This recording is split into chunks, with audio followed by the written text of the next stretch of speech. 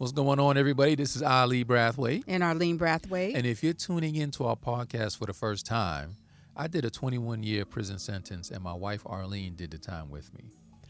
Now, today's show, I want to focus on the intake process of the New York State correctional facilities. Now, most families don't really understand the process, and how the process is a testament that slavery never ended. Now, I know that we were taught in school that slavery was abolished in, 1862, 1863, when Abraham Lincoln signed the Emancipation Proclamation.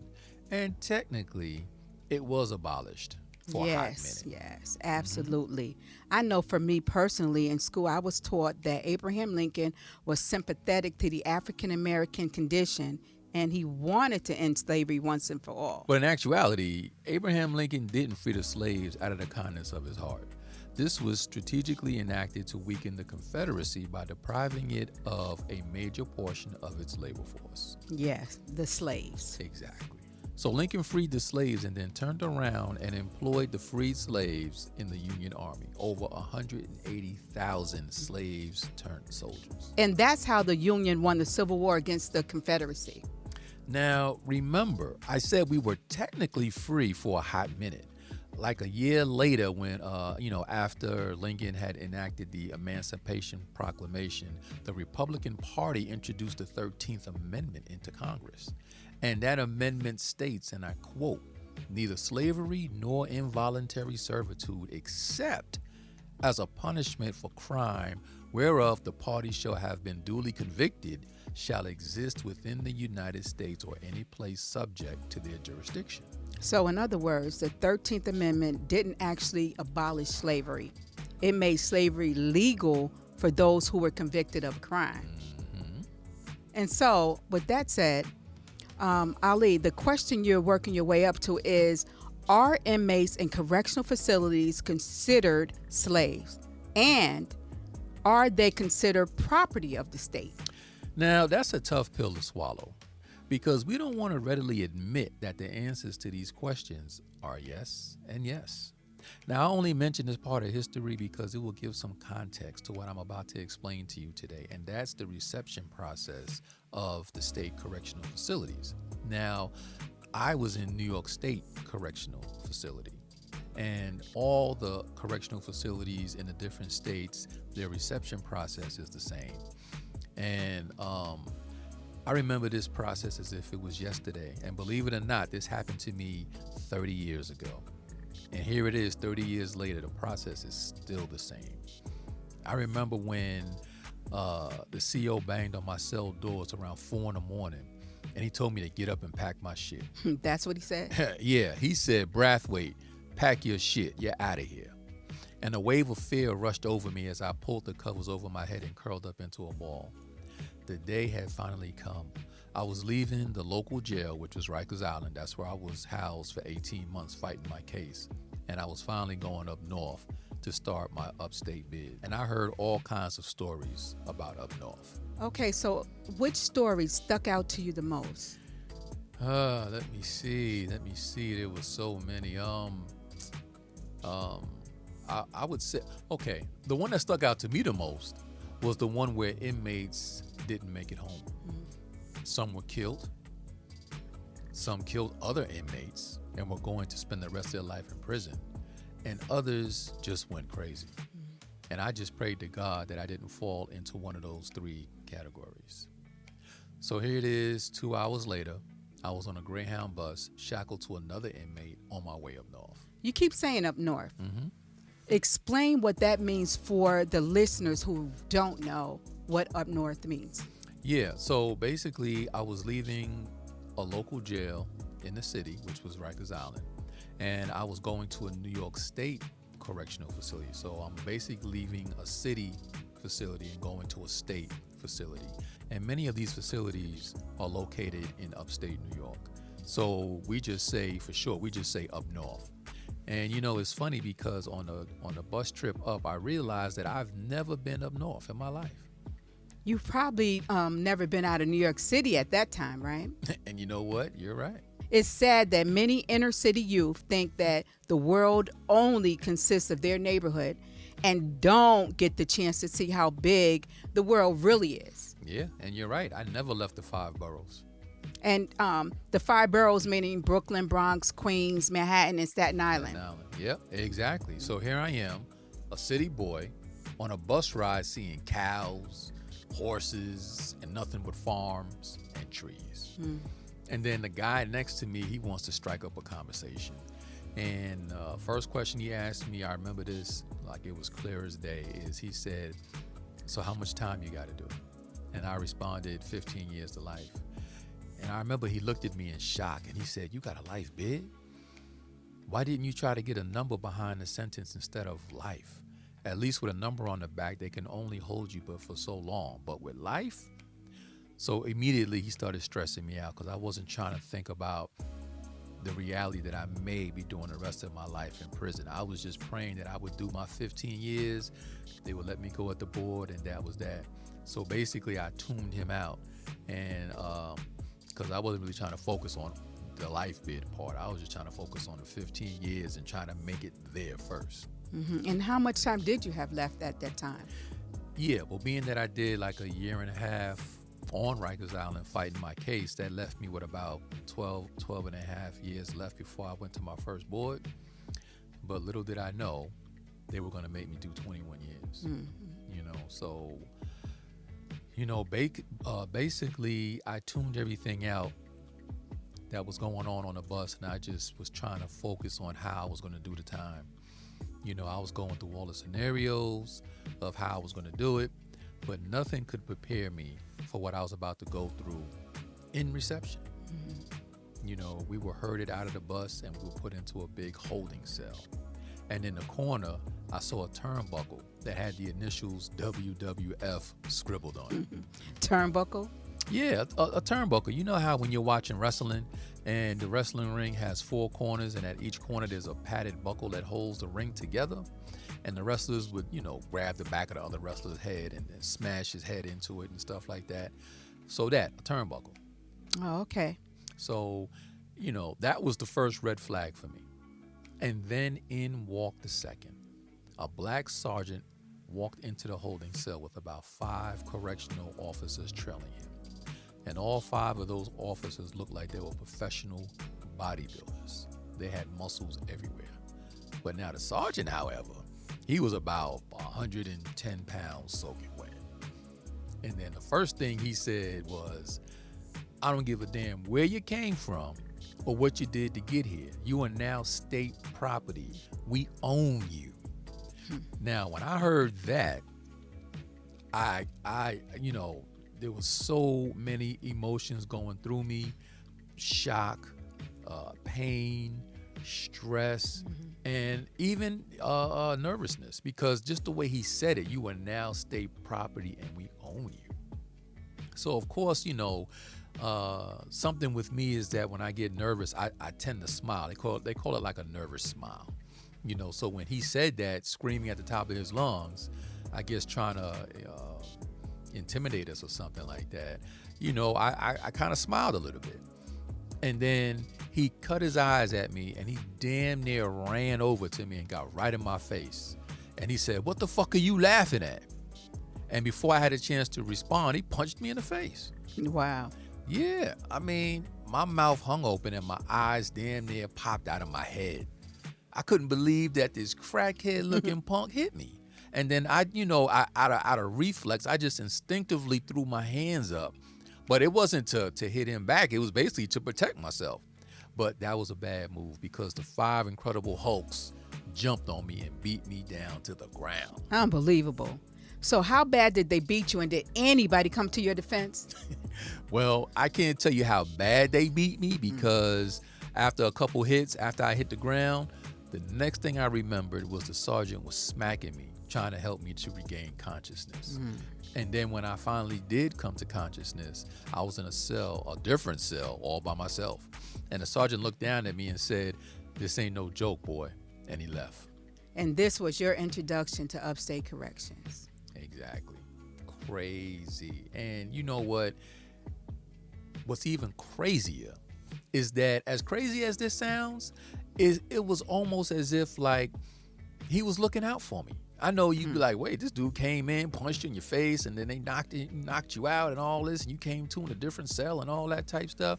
But in actuality, when I look back at it, the look on his face when he said, this ain't no joke, boy, I almost read what he was trying to say in between the words, basically, which was, I'm actually doing you a favor. Because if you go up north, because keep in mind, although this is a facility that is up north, it is close to New York City. Now, when we talk about going up north, we're talking about going damn near to Buffalo, where you're talking about like Attica, you're talking about Clinton and stuff like that. Up in the mountains, yes, deep in those mountains. Deep in those mountains where you have nothing but white, racist, incest, I'm sorry to say it, but yeah incest, inbred, correctional officers that don't care nothing about you. Nothing. At all. And it was almost like he was trying to prepare me, like, you go up there with that smiling and all the other type stuff, they will lose you up there. So, you know, that's the lesson that I pulled away from it. So I wasn't even mad. In the beginning, I was mad at him. I ain't gonna front. But when I later thought about it, I said, you know what? He was actually trying to prepare me for what was going on. So a few moments later, one of the officers opened the cell and he told me to get up and get in line. Now I got in line, and the first thing I noticed was that they were making all of us strip one by one. They made us strip down to our underwear. And as we made it to the front, we were told to walk into a stall and then remove the underwear. Now in that stall, there was an officer there who searched us thoroughly. You know what I mean? Just to make sure that we didn't have any kind of contraband on us. And then from there, we were herded into the showers. I mean, I use the word herded because that's exactly what it felt like. It felt like we were cattle just being pushed and prodded into, you know, certain directions to do things and stuff like that. And that's exactly how it felt. It was like we all were crowded into the showers, and then we were given a powder to throw on us. And basically they were saying, you know, the powder was to kill lice and stuff like that. So after we took the showers, which were cold, by the way, there was no hot water, we were then taken to the barber chairs where they cut off all of our hair. I'm talking mustache, beard, everything. And I've never been bald in my life, but this was all part of the process of taking our identity. And then from there, we were lined up and we were given our state greens. So tell the listeners what state greens are. Yeah, so state greens, or what we call state greens, that's the green uniform that they give us. We're given 3 pair of underwear, 3 green uniforms, and a pair of white Converse and a pair of black boots. And on the greens, our number is stitched on it. And the officers tell us to memorize that number because that's our ID. So here it is. I've been beat down, searched thoroughly, shaved, and given a new identity. And you tell me, what does that sound like? That sounds exactly like what they did to the slaves when they got off the boat. Yes. From there, we were taken to our cells. I remember walking into my cell, and I flinched when they slammed the door behind me. It was taking everything in my power to hold on to my sanity. I was definitely losing it.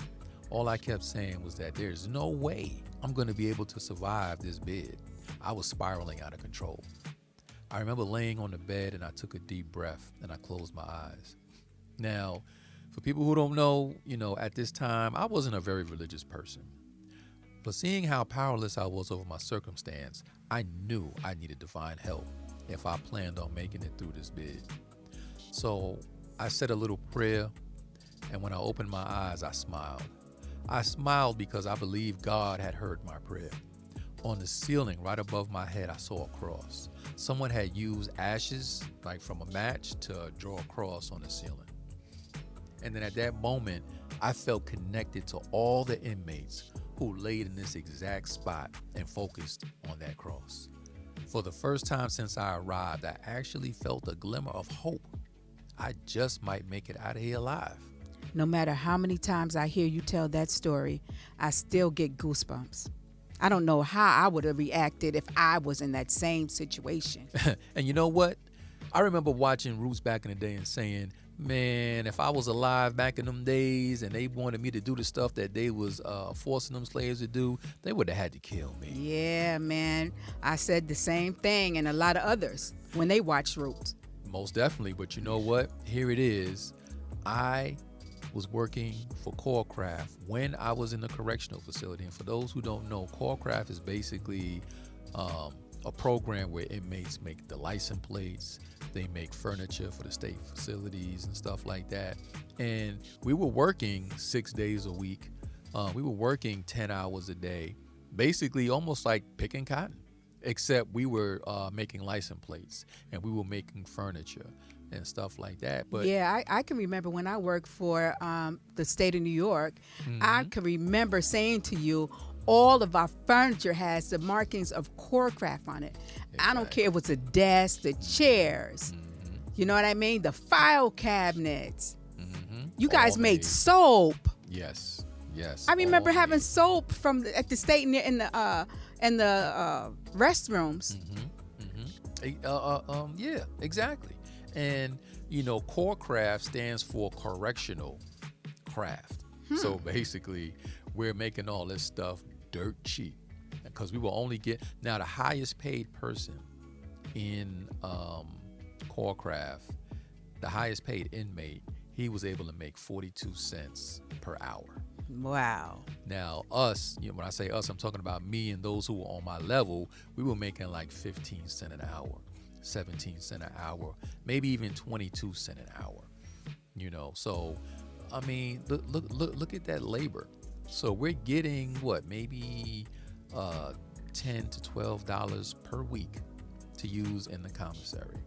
Whereas you know and I know that if these same things that we were making, if they were being made outside of correctional facilities, they would have been paying people what, $10, $12, $15 an hour. Maybe 20 an hour. an hour. And here it is, we're making 22 cents per An hour. hour. You know what I mean? So to me, that's slavery.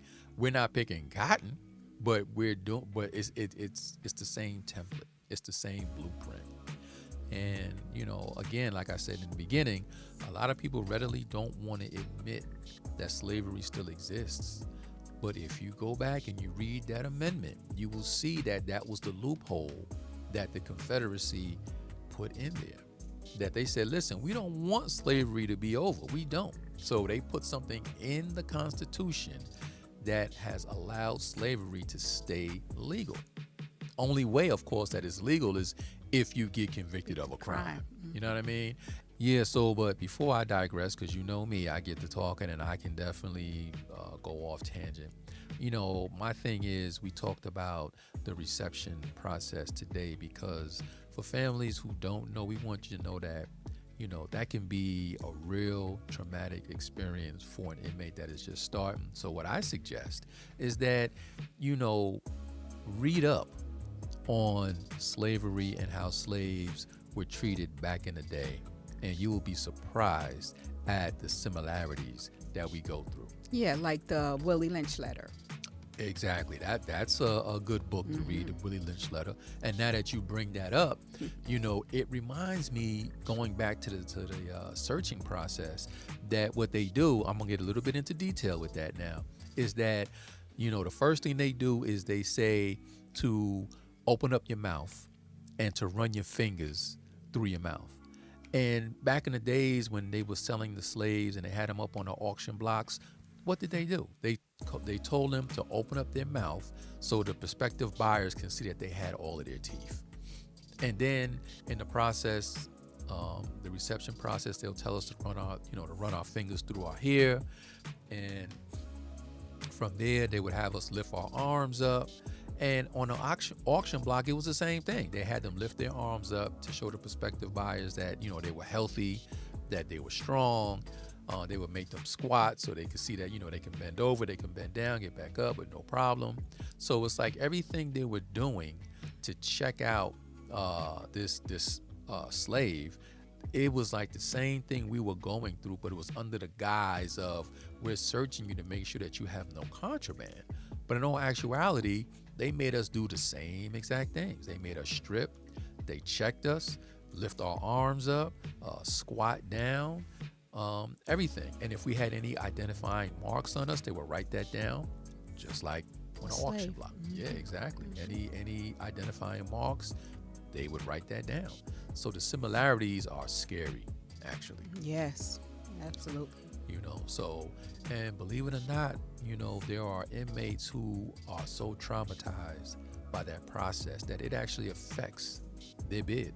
Some of them become so, how could I put it, like dejected and so disconnected that a lot of them actually need medication to make it through the bid, where all they want to do is just sleep their bid away. They don't want to think about it. I know some inmates that refuse visits from their family because they didn't want to go through that process again.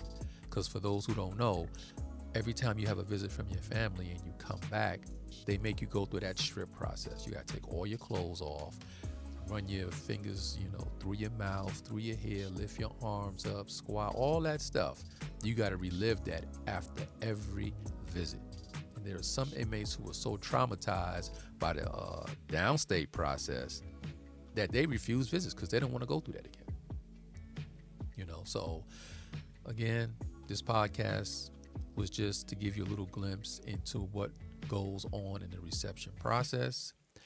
Well, how can we let the listeners know what they could do? What can the families do in support of their loved one when they go to visit them to make things a little easier for them? You know what I mean? How can they help in this situation?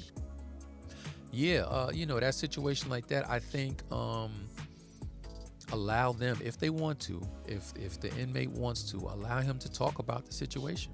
Because sometimes, in order for them to kind of get through what happened to them, they need to talk to somebody. And they're not going to talk to anybody in prison because that's a sign of weakness. So they're going to keep that to themselves.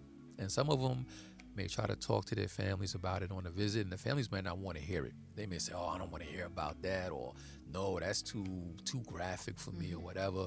But my advice is listen to it. Let them get it out. Let them talk about it. And, just allow, make them understand. I shouldn't say make them understand, but, try to get them to understand that although they had to go through that traumatic situation, it doesn't define who they are. Because they try to impress it on us so much that we are now a number. They force us to remember that number. They even force it on our families. When our families call up to check on us, and like Arlene will say, hey, I'm calling to check on my husband, the first thing they say is what? Inmate number. They ask the families for the number. So they don't go by, what's his name? They say no, number. And then once they key in a number, they may ask them, or they may repeat to them the person's name, and then of course the family member will say yeah, because once they pull it up under the ID number, they'll confirm the name after, because in the system you're set up under the number. Once the number is keyed in, then there comes the name, and that's what they ask you to confirm. Exactly. So we are in a system. We are now a number. They try to take our identity from us by giving us the same state greens, the same uniforms to wear. They try to make us look the same by cutting all our hair off. You know what I mean? Of course, we're allowed to grow it back, when we're in the system. But in the beginning, we all look basically the same, shaved and given a number. To me, it's like a serial number almost, right? So, going back to your question, if your family member, your loved one wants to talk about that situation, hear them out, listen to them, and let them get it off their chest. And again, remind them that they are not that number, that they are still an individual, right? And of course, that you love them. Absolutely. So that is it for us in this podcast. So stay tuned next week, where we are going to be talking about our initial visits and what we did on those visits to help lay the foundation for our prison journey.